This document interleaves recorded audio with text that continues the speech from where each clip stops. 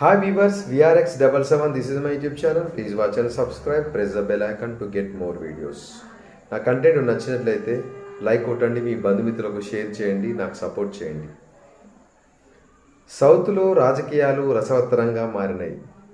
ఈ స్టాలిన్ గారు ఇంకా సంవత్సరం ఉంది కదా, తమిళనాడులో కూడా ఎలక్షన్స్ ముందుకు వస్తున్నాయి కదా, హిందీ భాషను బూచిని చూపించి ప్రజల్ని మభ్యపెట్టి తిరిగి మళ్ళీ అధికారంలోకి రావడానికి నక్కచిత్ర వ్యవహారాలు చేస్తున్నాడు. అదేవిధంగా 1000 కోట్ల రూపాయల మద్యం కేసును పక్కదోవ పట్టించే విధంగా ఈ సెంట్రల్కు కేంద్రానికి వ్యతిరేకంగా నేషనాలిటీని మార్పు చేసేటువంటి విధంగా హిందీ భాషను ముందు పెట్టుకొని మరి ప్రజలను, ద్రవిడ ప్రజలను మానిపులేట్ చేసే విధంగా ఇతను చేస్తూ ఉన్నాడు.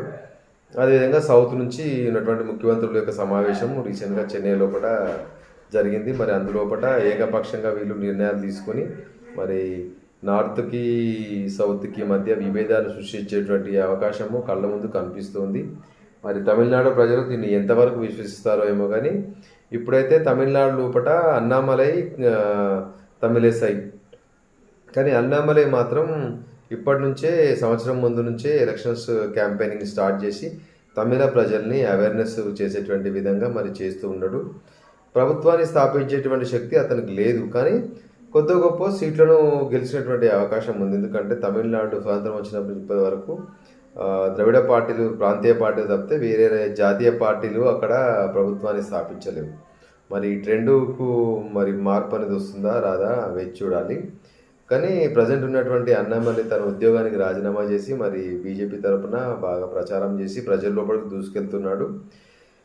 మరి నిజంగా చెప్పాలంటే బీజేపీ తరఫున పోటీ చేయడానికి ఇంకా సరైనటువంటి క్యాండిడేట్స్ అక్కడ తమిళనాడులో కూడా లేరు. మరి ఈయన ఇప్పటి నుంచే స్టాలిన్ రాజకీయాలు స్టార్ట్ చేసి సౌత్లో ఉన్నటువంటి సీఎంలందరినీ, సిద్దిరామయ్యని, రేవంత్ రెడ్డిని, తర్వాత వెస్ట్ బెంగాల్ మమతా బెనర్జీని, అంటే వాళ్ళు సౌత్ కాదు కానీ ఇతనికి కలిసి కేంద్రానికి అగనెస్ట్గా ఒక కూటమిని ఏర్పాటు చేద్దామనేటువంటి, ఎందుకంటే ఇండియా కూటమి ఎట్లాగో విచ్ఛిన్నం అయిపోయింది. ఇండియా కూటమి లోపల సమర్థవంతమైనటువంటి నాయకుడు లేక ఇప్పుడు కేజ్రీవాల్ ఉండే, అతను లిక్కర్ స్కామ్లు సిసోడియా, మనీష్ సిసోడియా కూడా లిక్కర్ స్కామ్ లోపల ఉన్నాడు.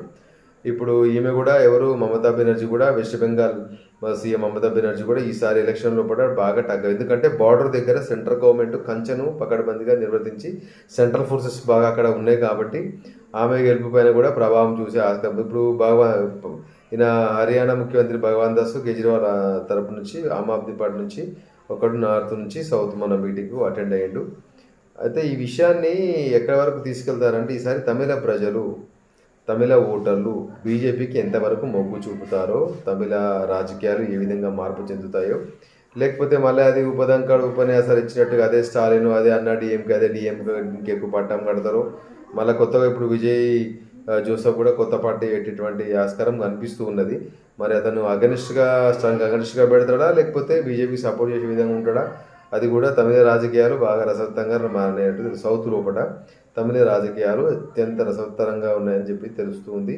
ఇప్పుడు ఈ విషయాన్ని చూస్తూ ఉంటే తమిళనాట రాజకీయంగా మార్పు పెద్దగా ఉండకపోవచ్చు. ఎందుకంటే ద్రవిడ స్వాభిమానాన్ని ముందుకు తీసుకొచ్చి ఎలక్షన్ ముందే వస్తుంది హిందీ భాష డామినేషను, నార్త్ ఇండియన్ వాళ్ళ డామినేషన్ అని చెప్పేసి ఇట్లాంటివన్నీ ఇప్పటికే ముందుకు తీసుకొచ్చేటువంటి ఆస్కారం ఎలక్షన్ ముందర ఇవైతే ఖచ్చితంగా క్యాంపెయినింగ్ చేస్తూ ఉంటారు సౌత్ లోపల.